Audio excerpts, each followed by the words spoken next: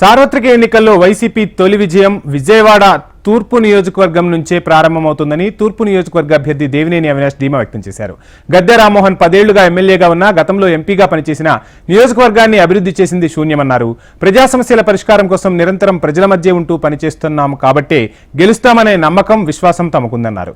ఎన్నికల ప్రచారంలో భాగంగా తూర్పు నియోజకవర్గంలోని బాలాజీనగర్లో పార్లమెంట్ అభ్యర్థి కేసినేని నానితో కలిసి ప్రచారాన్ని హోరెత్తించారు. గడప గడపకు జగన్ ప్రభుత్వ పథకాలు అందించిందని ప్రజలే తమకు చెబుతున్నారని, అభివృద్ధి సంక్షేమం అందించిన ఏకైక సీఎం జగన్ అన్నారు. దేశంలో ఎక్కడా లేని విధంగా ప్రభుత్వ పాఠశాలల్లో ఇంగ్లీష్ విద్య అందిస్తున్న ఘనత వైసీపీ సర్కార్కే దక్కుతోందన్నారు. ప్రత్యర్థి ఎలాంటి వారైనా సరే ఈసారి తూర్పులో ఎగిరేది వైసీపీ జెండానే అని స్పష్టం చేశారు.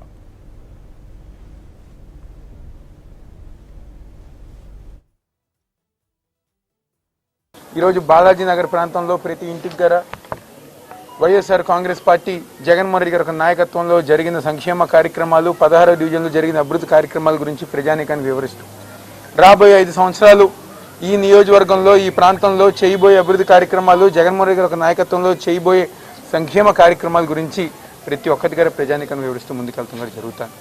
ప్రజానీకం గారు ఎంతో సంతోషంగా తెలుగుదేశం పార్టీ హయాంలో మేము ఉన్నప్పుడు మాకు ఎటువంటి సంక్షేమ కార్యక్రమాలు అందించేవారు కాదు, ఈ ప్రాంతంలో అభివృద్ధి కార్యక్రమాలు చేసేవారు కాదు.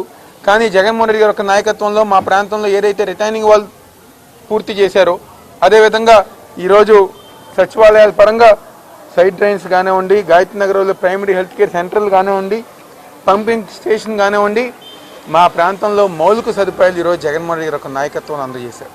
అదే సంక్షేమ పథకాల కింద 5 సచివాలయాలు మొత్తం 75 కోట్ల రూపాయలు ఈరోజు కేవలం 16వ డివిజన్ అన్ని సచివాలయాలకు అందిస్తాం గారి జరిగింది.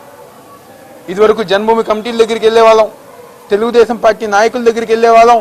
కానీ ఈరోజు వాలంటీర్ వ్యవస్థ ద్వారా, సచివాలయం వ్యవస్థ ద్వారా మాకు అనేక సంక్షేమ పథకాలు లభిస్తున్నాయని చెప్పి అందరిగా చెప్పుతున్నారు.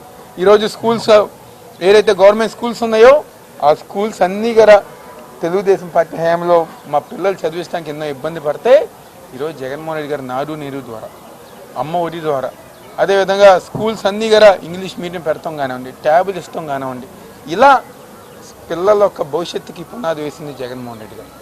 రాబోయే రోజుల్లో జగన్మోహన్ రెడ్డి గారి యొక్క నాయకత్వంలో విజయవాడ పార్లమెంట్ సభ్యుడిగా పెద్దలు కేసినేని శ్రీనివాస్ నాని గారిని, అదేవిధంగా ఎమ్మెల్యే అభ్యర్థిగా మీ బిడ్డగా మమ్మల్ని దీవించమని చెప్పని మనస్ఫూర్తిగా కోరుకుంటూ సెలవు తీసుకుంటున్నాం.